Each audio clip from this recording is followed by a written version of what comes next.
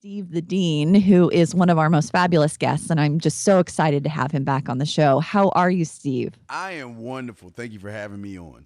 Absolutely. So, our topic today is cheating. And I know that you've got some pretty bold feelings about cheating in general and about one's approach to cheating. And you're basically in agreement with our other guest, Carmelia Ray, which is that a person needs to be really honest about where they are and what they want. Yes, I feel that, and for the men, I'll say for the men and both parties, uh, if you're not happy, leave.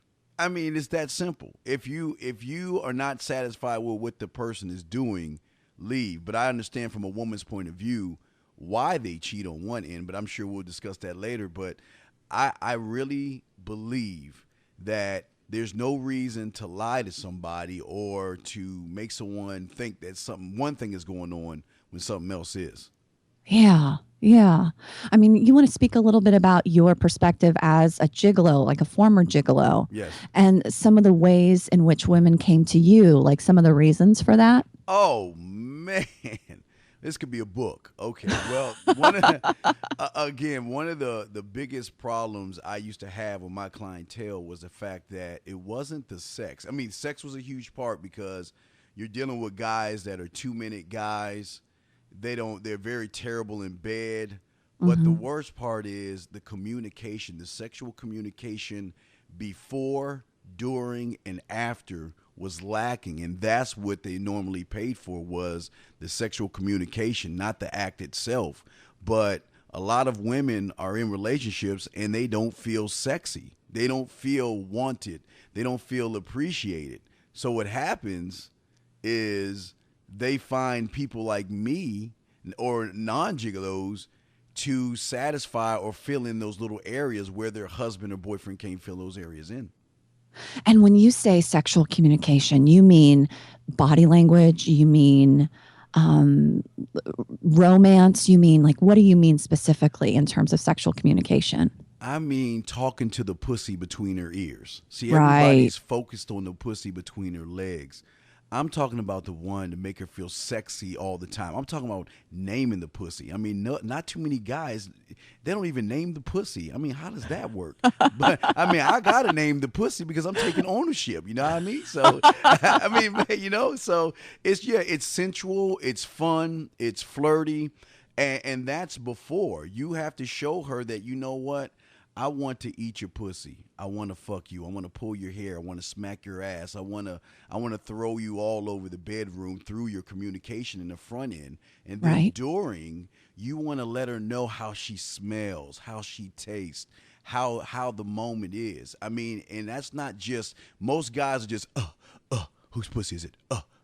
Whose pussy? They all know that bullshit.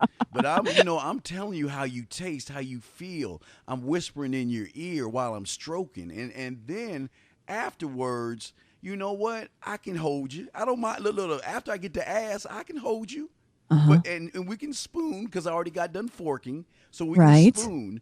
But during the spooning time is when we can talk, we can laugh, we can giggle, and that's something a lot of women don't get. The guys after they done, they roll over, go to sleep, ask for a sandwich or something like that, and the So woman's like, true. yeah, the woman's like, and the worst part about it is if a woman doesn't have a glass of water on her bedstand after sex, then he's not fucking her correctly. So then that connects to what I said earlier. So it's a combination of all these things that make them want to search. I mean, they have guys that give them security, but they don't have guys to beat that ass, have their knees pushed back to their shoulders type Right. sex. Right.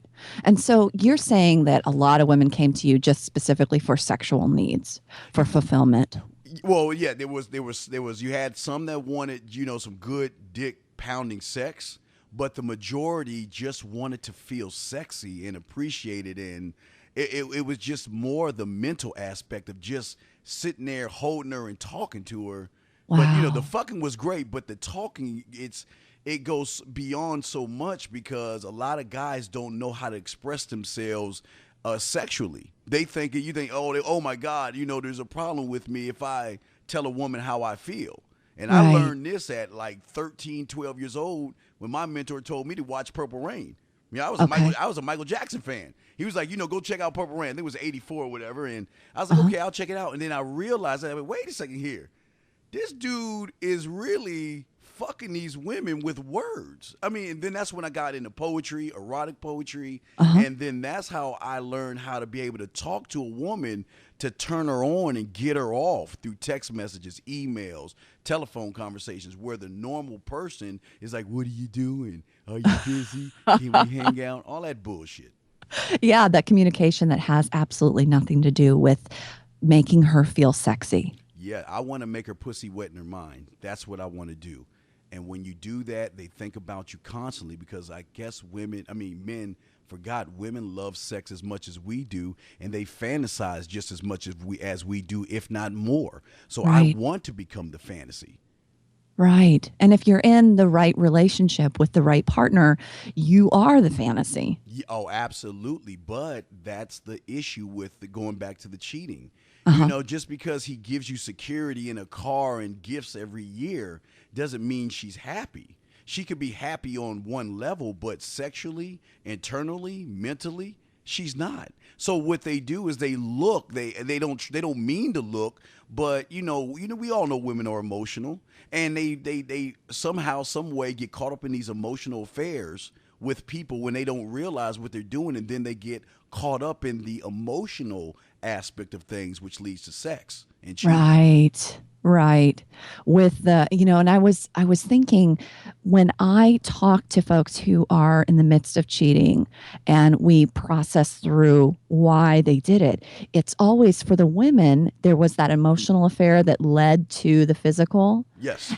Yeah. I mean, that's just so common. Yeah. Mm-hmm. Yeah. You Yeah. get really turned on emotionally and intellectually, and you're stimulated. And then the sex is just a natural outpouring of things. Yes, it's just you can't wait to talk to that person on the phone because he makes you feel something. And what happens is they'll be like, okay, well, I need to stop. I love my husband. I love my boyfriend. I want to try to make this work. And then they'll go back to their husband and boyfriend and try to dress sexy, try to do something kinky. And here he is on the couch playing video games and doing something stupid. He's like, well, why do you have that on? That looks terrible and stupid. And then she'll come to someone like me, and I'm telling her, you know what? I don't want to be just the amusement ride. I want to be the amusement park. And Right. one thing I love to do with a woman, especially a client, is never to have sex on the bed. I don't want to. Okay. I want to put you on the couch, the sink, in the refrigerator. I want to put you on the table. I want to put you everywhere but the bedroom so you know the difference between me and your lousy ass spouse or boyfriend. Right. Right. That it becomes fun again. Like you were talking about the laughing and the talking Yeah. afterwards. That's Yes. such an important component that I think we miss out on. Oh, yeah. Tickling, enjoying it. I mean, how many men turn out the lights and take showers with their women and go down and eat their pussy and bend them over and lick them all over and suck their toes? They don't do that kind of stuff. So Uh-uh. I will do the things that your man won't do. I will be the drug that you need to keep coming back for. And that's Wow. why she wants to cheat, because it's the emotional roller coaster. This goes back to women and romance novels. I always tell guys, women read romance novels, not for the romance novel, but for that fantasy of that asshole jerk that walks into town, rides into town, or flies into town, that meets the boring wife who has the boring life, and then somehow, some way, they hook up together and they begin to fuck and stuff. Right. Right. That's such a common theme. And then she gets unleashed sexually. She discovers what a diva she is, and Hmm. he just pounds her ass. Oh, he pounds her. The funny thing I noticed when it rains, you know how you go to Walmart and it's raining outside and you see the Uh-huh. guys standing like they don't want to get wet. I can always tell they can't fuck. Because for me, no, seriously, I'm telling you, for me, when I have a client, I wait for it to rain. I want 80-90% chance of raining because I'm gonna take her on a picnic somewhere where it's like no one sees us. And it's Uh-huh. gonna rain, and when she thinks it's time to leave, no, that's when it's time to pull her clothes off, lick her, touch her, and give her the fantasy of the rain that she's always wanted, to make love in the rain, where her man won't do it. Oh my God, it's raining. We're not going out, honey. Me? Oh, You know wow. what I mean? Yeah, exactly. That's what I'm talking about. Yeah, that's killer. That's Yeah. killer. Getting back to those sensations Yes. and the sense of touch, the sense of taste, the sense of smell, Yes. the sense of, it's not just a sense of sight type thing. I mean, there Right. are so many other ways to stimulate a woman. Yes, but it's the communication that these guys are lacking because they don't know how. They're either afraid to express themselves or they just don't know how. Because when you can talk in a woman's ear while you're rubbing her nipple and playing with her pussy at the same time, and you're sucking and French kissing and blowing on the back of her ear, you're telling her how the pussy feels and how you are turned on. Your dick is hard and you can't wait to pound that pussy. You talk to her that way, she is going crazy. Oh, yeah, absolutely. I mean, just speaking from the female perspective, Yes. absolutely. Because there's so many areas to be stimulated and you're Yes. getting all of them. Oh yeah. Well, Steve, thank you so much for joining us. I wish that we had more time on the show for you. We're going to have you back. Thank you. Where can our guys find you? Guys, you can find me on www.themanmindset.com. Awesome. And your radio show, where's that at? You can find it there, or they can go to Okay. manradio101.com and they can get the information there as well. Awesome. Thank you so much, Steve. Have an awesome day. You too. Thank you so much, dear. Thanks. Bye bye.